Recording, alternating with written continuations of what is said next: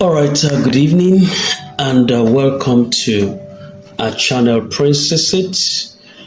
I welcome everyone to this important update that I want to give to us on this channel, and I think it's quite so important for us to get some definitions straightforwardly, some questions that are quite disturbing. We want to address them, and some important information that is necessary for our field at a time like this.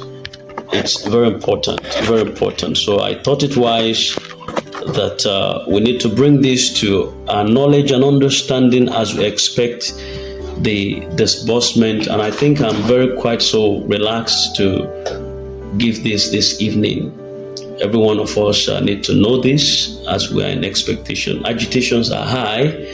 There's no doubt about that. But then we still need to understand one or two while the disbursement aches. So having said that, the most critical aspect of the grant we're in expectation of will happen to be the mandate holder, that is the authorized mandate holder, who is the country director, Apostle Professor Ken, the official country director, and the sole authorized signatory to the Memorandum of Understanding, the MOU, regarding this grant disbursement.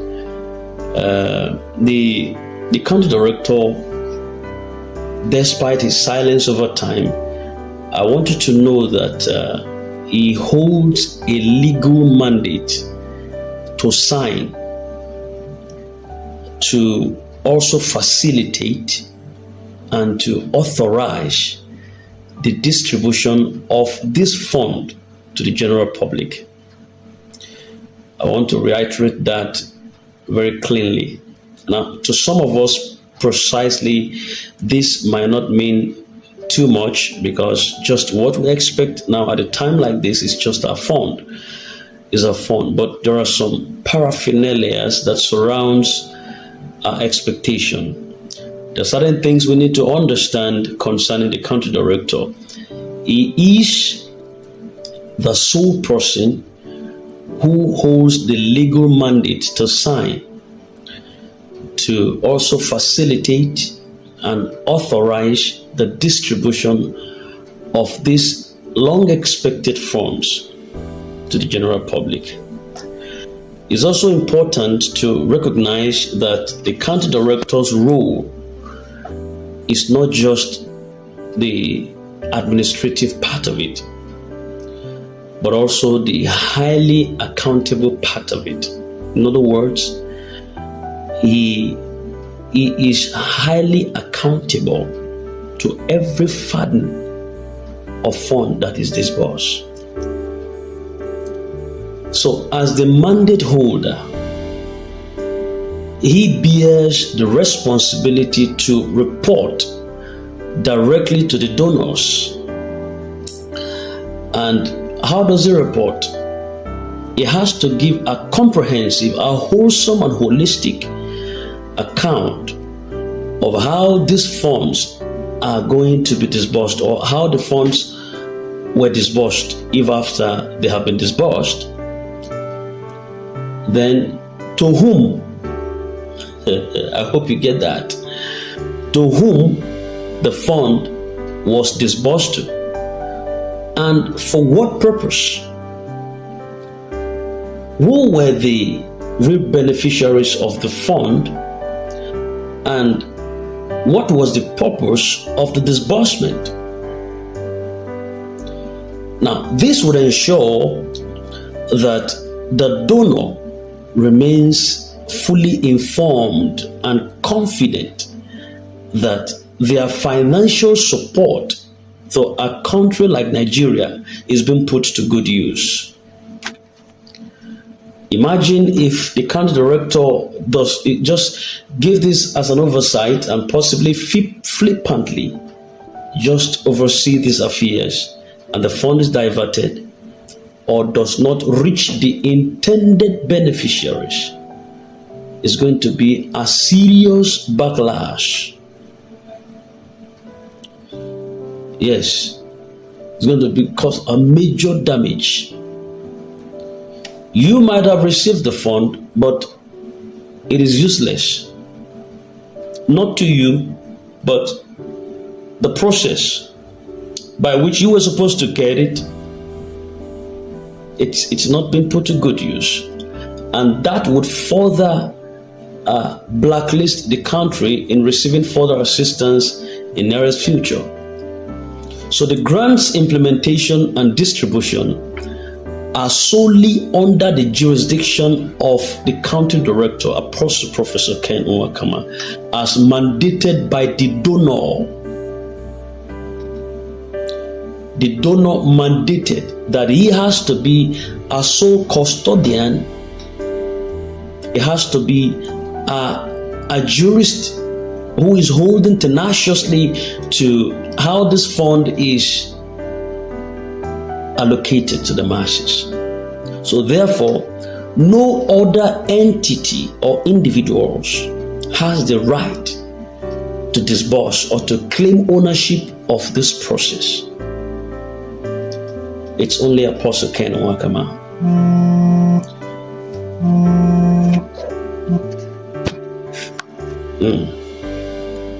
All right, just don't walk away. All right, just stay with me. I'm going to be with you in a moment.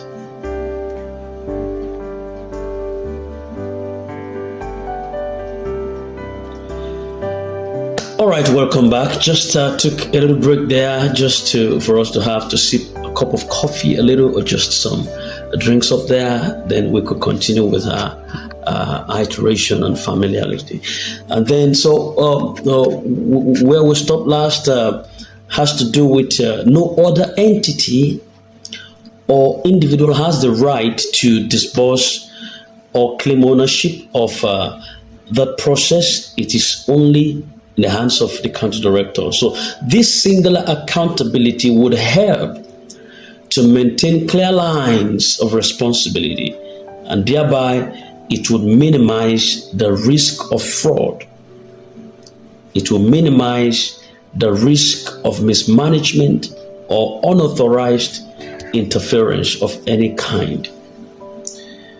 Now, the presence of the donors in the country, the presence of the donor still within the country, Nigeria, is still having some level of credibility and assurance of this process. You understand? Or to this process. Now, it is the fact that the donor is present in Nigeria that gives it more credibility. And this presence of theirs underscores the seriousness and dedication to the disbursement process. In other words, the donor's involvement directly within the country demonstrates their commitment also to overseeing the grant success and ensuring that the intended beneficiaries, which is you and I, receive the funds as purported and planned. Very important. So the presence of the donor still in the country, in Nigerian soil, it's a measure to facilitate direct communication, verification, and monitoring of the entire process. And this makes the entire operation more transparent and also reliable. This also reinforces the commitment of making this grant a reality, providing hope to countless individuals who stand to benefit from it from every quarter.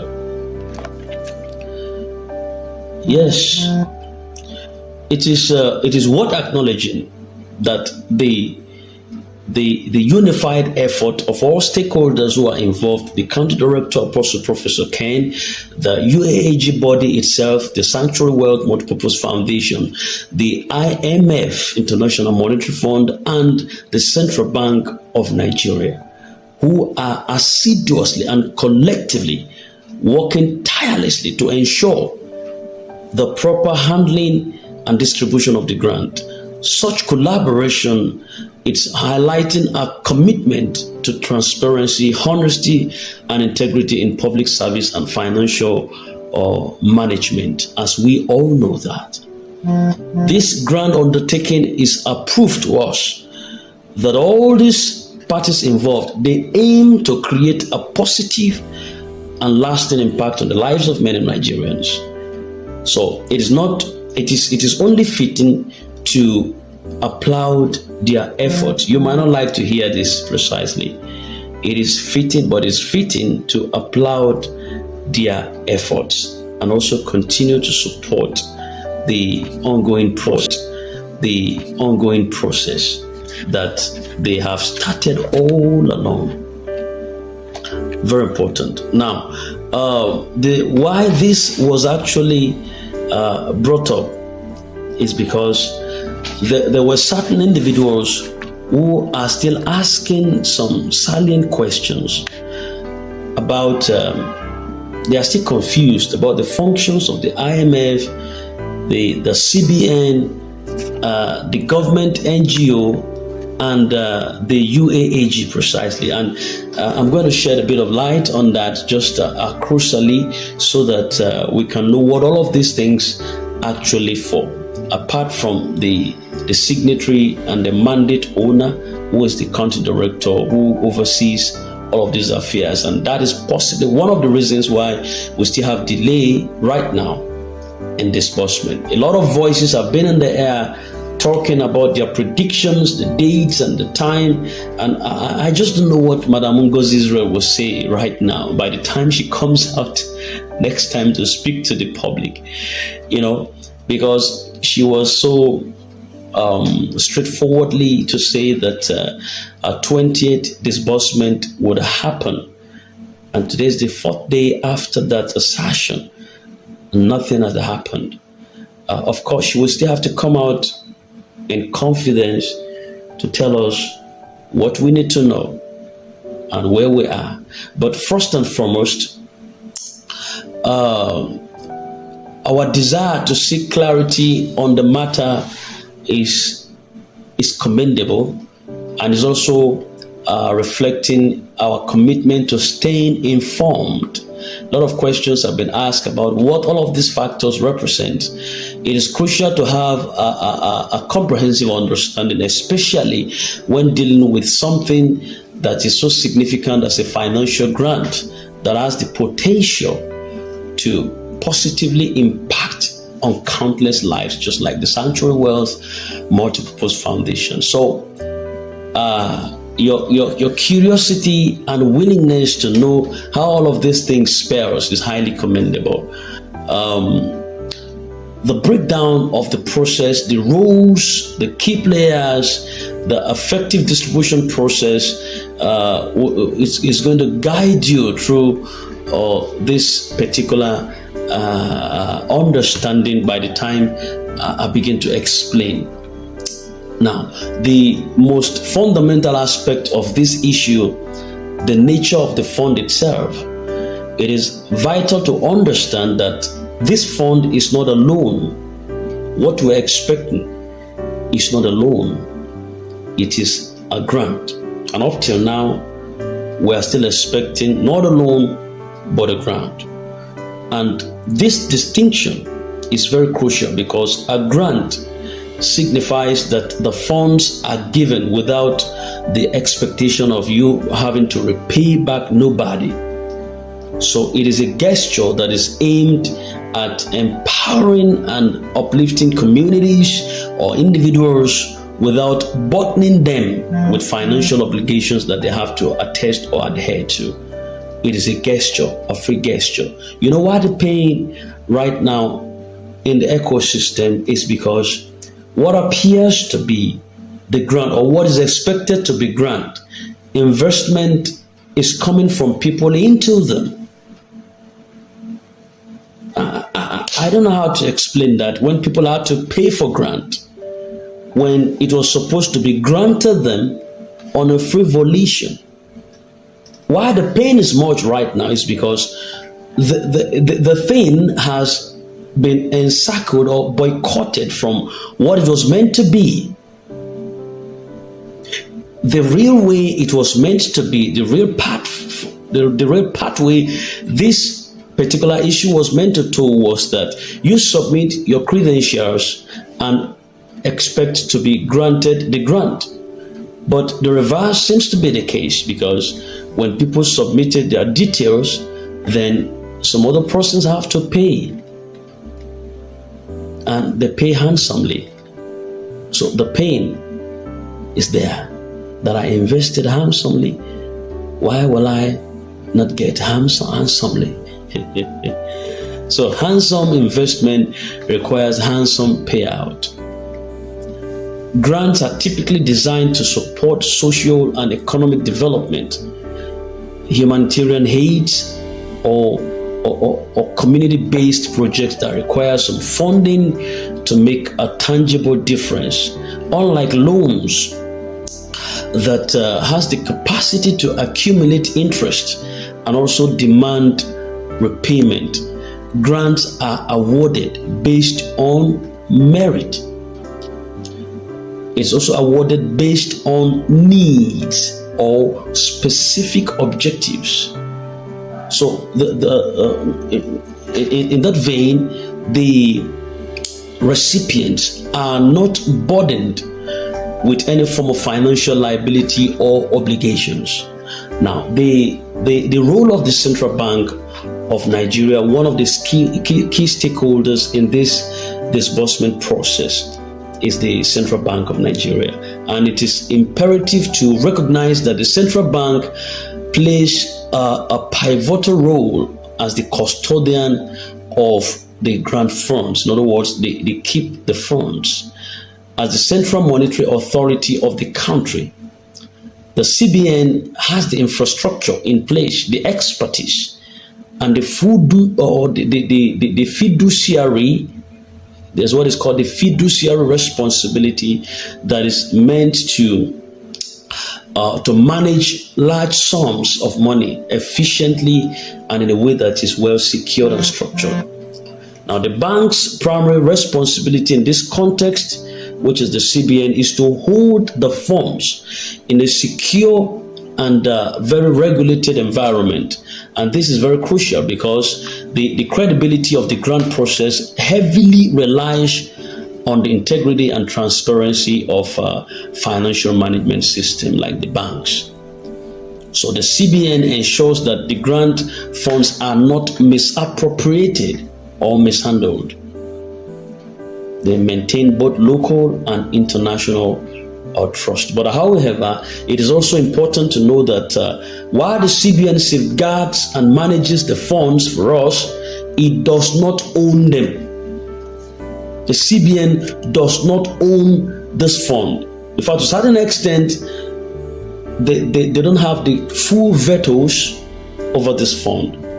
The grant itself does not originate from the Central Bank of Nigeria, nor is it a product of the bank's financial policies.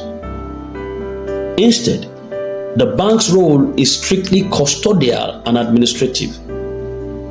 It functions as a trusted repository to hold and release the funds when the authorized directives are given. So they're just holding that, just like for instance, you have Jesus Christ that came in through the womb of Mary.